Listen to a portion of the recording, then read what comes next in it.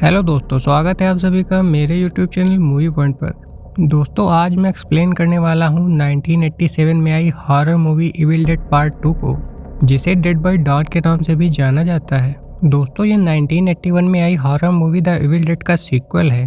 दोस्तों, मूवी को डायरेक्ट किया है सैम राइमी ने और IMDb पर इसे रेटिंग मिली है 7.7, जो कि बहुत ही अच्छी है। दोस्तों, चलिए चलते हैं मूवी की तरफ। दोस्तों, मूवी की शुरुआत फर्स्ट पार्ट के एक छोटे से रिकैप के साथ होती है, जहां पर दिखाया जाता है कि कैसे 5 दोस्त जंगल में बसे एक केबिन में वेकेशन मनाने के लिए आते हैं और एक के बाद एक जंगल के हैवानों का शिकार बन जाते हैं।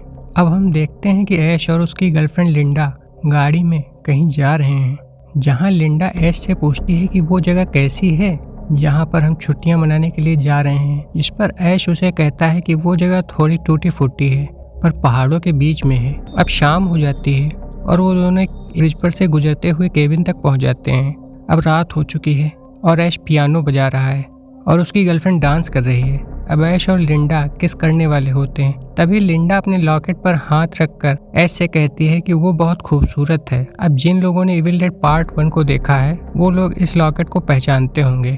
खैर, अब वो ऐश से कहती है कि इस केबिन में उसे कुछ अजीब अजीब सा लग रहा है। इस पर ऐश कहता है कि यहाँ पर सब कुछ ठीक है और उन दोनों को ये मोमेंट एंजॉय करना चाहिए और वो दोनों के लिए ड्रिंक्स लेने के लिए अंदर चला जाता है, जहाँ उसे एक टेप रिकॉर्डर मिलता है। अब जिन लोगों ने इविल डेड पार्ट 1 देखा है वो इस टेप रिकॉर्डर को पहचानते होंगे। खैर, अब ऐश लिंडा से कहता है कि उसे वहाँ एक टेप रिकॉर्डर मिला है। इस पर लिंडा टेप रिकॉर्डर को प्ले करने के लिए कहती है। अब ऐश उसे प्ले करता है। टेप रिकॉर्डर में एक आर्कियोलॉजिस्ट प्रोफेसर रेमंड नोबी अपनी खोज के बारे में बता रहा है, जो उसने इन्हीं जंगलों के किले में अपनी बीवी, बेटी और उसके गर्लफ्रेंड के साथ की थी।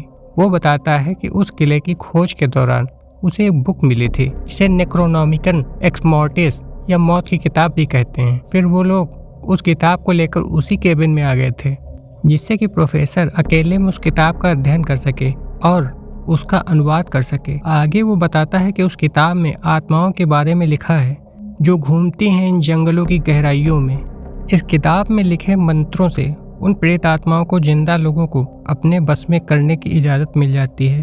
तभी वो उन मंत्रों का उच्चारण करने लगता है। इसी बीच में हम देख पाते हैं कि दूर जंगल से कोई तेजी से केबिन की तरफ आ रहा है और वो केबिन का शीशा तोड़कर लिंडा को अपने साथ ले जाता है। अब लिंडा के चीख के साथ ही ऐश टेप रिकॉर्डर बंद करके उसके रूम की तरफ भागता है, पर लिंडा उसे कहीं नहीं मिलती। अब खिड़की का शीशा टूटा देखकर वो घबरा जाता है और लिंडा को ढूंढने के लिए केबिन से बाहर चला आता है। अब वो जंगल में लिंडा को ढूंढने के लिए जाता है। तभी अचानक उसके सामने लिंडा आ जाती है, पर अब वो हैवान में बदल चुकी थी।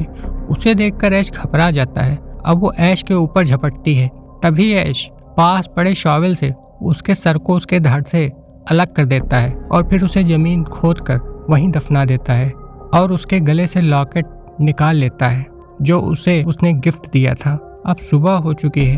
तभी कोई दूर जंगल से आकर केबिन का दौर तोड़ता हुआ ऐश को वहां पर ढूंढता है, पर वो बाहर लिंडा की कब्र के पास खड़ा था और तभी हैवान उसे उठाकर जंगलों में फेंक देता है और ऐश एक पेड़ से टकराकर पानी से भरे एक गड्ढे में गिर जाता है। अब वो पानी से जैसे ही अपना सर बाहर निकालता है वो भी एक हैवान में बदल चुका होता है, लेकिन सूरज की किरणें पड़ते ही वो ठीक होने लगता है। इसी बीच ऐश बेहोश हो जाता है। अब कई घंटों के बाद उसे होश आता है और वो चारों तरफ देखता है। फिर वो सोचता है कि उसे जल्दी से जल्दी उस जंगल से निकलना चाहिए और वो गाड़ी लेकर शहर की तरफ चल देता है। जैसे ही वो ब्रिज के पास पहुंचता है वो देखता है कि ब्रिज पूरी तरीके से टूट चुका है और वो घबरा कर चीख उठता है। तभी तेजी से शाम होने लगती है और हैवान उसके पीछे आने लगते हैं। तभी वो गाड़ी तेजी से स्टार्ट करता है और गाड़ी केबिन की तरफ तेजी से भगाता है और हैवान भी उसका पीछा केबिन तक करता है, पर ऐश बेसमेंट में छिप जाता है, जिससे हैवान उसे ढूंढ नहीं पाता और वापस लौट जाता है। इधर प्रोफेसर की बेटी एनी और उसका बॉयफ्रेंड एड बुक के फटे हुए पन्नों के साथ केबिन की तरफ आ रहे होते हैं, पर ब्रिज टूटने की वजह से उन्हें 2 लोगों की मदद लेनी पड़ती है जो जंगल में जाने का दूसरा रास्ता जानते थे। इसी बीच एड एनी को बताता है पिछले 1 हफ्ते से उसकी एनी के डैड से कोई बात नहीं हो पा रही है क्योंकि केबिन के अंदर कोई फोन भी नहीं है। इधर ऐश को होश आता है और तभी वो अपनी पॉकेट से लिंडा का लॉकेट निकालकर उसे याद कर रोने लगता है। तभी खिड़की फूटती है और ऐश बाहर देखता है कि लिंडा कब्र से बाहर आकर नाच रही है और देखते ही देखते वो ऐश पर हमला कर देती है। तभी ऐश को होश आता है कि असल में वो सपना देख रहा था। अब वो शांत होता है। तभी उसकी नज़र उसके हाथों पर पड़ती है जिसमें लिंडा का कटा हुआ सर रखा हुआ था। अब लिंडा का सर उसके हाथ में काट लेता है और जिससे छुटकारा पाने के लिए अब वो स्टोर रूम में जाकर चेनसॉ ढूंढता है, लेकिन चेनसॉ गायब थी। तभी लिंडा का धड़ चेनसॉ लेकर ऐश पर हमला कर देता है, पर ऐश लिंडा के धड़ से चेनसॉ छीनकर लिंडा के सर के टुकड़े टुकड़े कर देता है। अब वो वापस केबिन में आकर गन ढूंढता है। तभी वो देखता है कि जिस हाथ पर लिंडा ने उसे काटा था वो हाथ पॉजेस्ट हो चुका है। अब वो हाथ ऐश की जान लेने की कोशिश करता है। इधर वो गाइड और उसकी गर्लफ्रेंड बाबा जो एनी और एड को लेकर केबिन की तरफ आ रहे होते हैं। इधर ऐश चेनसॉ से अपने पॉजेस्ट हाथ को काट कर अलग कर देता है। अब उसका कटा हुआ हाथ उसको परेशान करने लगता है। तभी ऐश उस हाथ को शूट कर देता है। अब केबिन में रखी हर चीज उस पर हंसने लगती है। अब ऐश उन सभी चीजों की तरफ शूट करने ही वाला होता है, उससे पहले ही सब कुछ नॉर्मल हो जाता है और केबिन के डोर पर नॉक होती है। ऐश उसे खोलता है और गन डोर की तरफ पॉइंट कर देता है। तभी वो गाइड ऐश पर हमला कर देता है जिससे ऐश बेहोश हो जाता है। अब एनी केबिन में चेनसॉ और ऐश को ब्लड से सना हुआ देखती है। ऐश से उसके डैड के बारे में पूछती है। यहाँ एनी को लगता है कि ऐश ने उसके डैड की जान ली है। अब गाइड बेहोश ऐश को उठाकर बेसमेंट में फेंक देता है और बेसमेंट लॉक कर देता है। तभी एनी और एड टेप रिकॉर्डर को देखते हैं और उसे ऑन कर सुनते हैं, जिसमें प्रोफेसर बताते हैं कि कैसे एनी की माँ ने पोजेस्ट हालत में उन्हें मारने की कोशिश की, जिसकी वजह से उन्होंने एनी की माँ को मारकर तहखाने में दफना दिया था। अब ये टेप रिकॉर्डिंग तहखाने में बंद ऐश भी सुन रहा होता है। तभी तहखाने में बंद एनी की पोजेस्ट माँ जिंदा हो जाती है और तहखाने की जमीन फाड़कर बाहर आ जाती है और ऐश पर हमला कर देती है। अब ऐश उन लोगों से तहखाना खोलने के लिए कहता है। तभी एनी डोर खुलवाती है। गाइड ऐश को ऊपर खींच लेता है, पर इसी बीच एनी की माँ गाइड के पैरों में काट लेती है और उसे तहखाने में खींच ले जाने वाली होती है, पर ऐश उसे बचा लेता है और अब वो एनी की माँ को बेसमेंट में धक्का देकर बेसमेंट को फिर से लॉक कर देता है। अब ऐश सभी लोगों से बताता है कि जंगल में हैवान है जो कि जाग चुका है और जो हमारी आत्माओं को गुलाम बनाना चाहता है। तभी तहखाने का दरवाजा उठाकर एनी की माँ एनी को लोरी सुनाने लगती है। अब एनी की माँ एकदम ठीक हालत में थी, मतलब कि वो पोजेस्ट नहीं थी, जिसे देखकर एनी रोने लगती है। तभी एनी की माँ एनी को तहखाने की जंजीर खोलने के लिए कहती है। एनी जैसे ही तहखाने की जंजीर खोलने के लिए आगे बढ़ती है, ऐश उसे पकड़ लेता है और याद दिलाता है कि उसकी माँ अब मर चुकी है।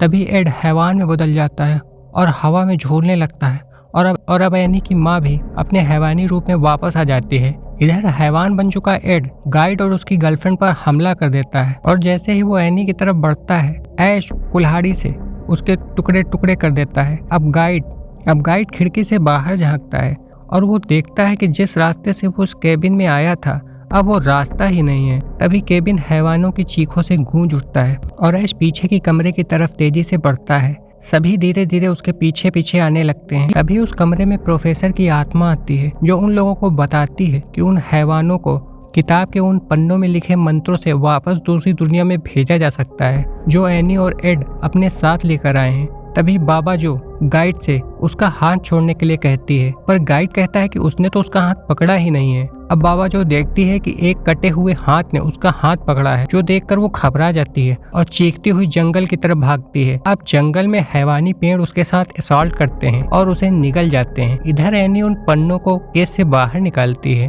पर गाइड उन पन्नों को उठाकर तहखाने में फेंक देता है और ऐश और एनी की तरफ गन पॉइंट करके कहता है उन्हें बाबा जो को ढूंढने में उसकी मदद करनी होगी, जिसके लिए उन दोनों को उसके साथ जंगल तक चलना होगा और अगर उन दोनों ने ऐसा नहीं किया तो वो उन दोनों को मार देगा। अब वो तीनों जंगल में आगे बढ़ने लगते हैं। अब गाइड बाबा जो को पुकारता है, तभी ऐश हैवान में बदल जाता है और गाइड को उठाकर फेंक देता है। अब वो एनी की तरफ बढ़ता है। इधर एनी तेजी से केबिन की तरफ भागती है और केबिन का दरवाजा बंद कर देती है और केबिन में पड़े हुए डैगर को उठा लेती है। तभी कोई दरवाजा खोलने की कोशिश करता है। जैसे ही कोई दरवाजा खोलता है वो हमला करके डैगर उसके आर पार कर देती है। अब वो देखती है कि वो ऐश नहीं है बल्कि वो गाइड है जो कि घायल है और उसने डैगर को उसी के आर पार कर दिया है। तभी ऐश पीछे के दरवाजे से अंदर आने की कोशिश करता है, पर एनी एक टेबल की मदद से दरवाजे को बंद कर देती है। अब वो गाइड के शरीर से डैगर बाहर निकालती है। और उसे उठाकर केबिन के अंदर लेकर आती है। तभी एनी की माँ तहखाने से अपना हाथ निकालकर गाइड को अंदर खींच लेती है। अब ऐश एनी को पकड़ लेता है और वो उसे मारने ही वाला होता है। तभी जमीन पर गिरे लॉकेट को देखकर वो रोने लगता है और हैवान के चुंगल से आजाद हो जाता है। तभी एनी चुपके से कुल्हाड़ी से उस पर हमला कर देती है और वो एनी को समझाता है कि अब वो ठीक हो चुका है।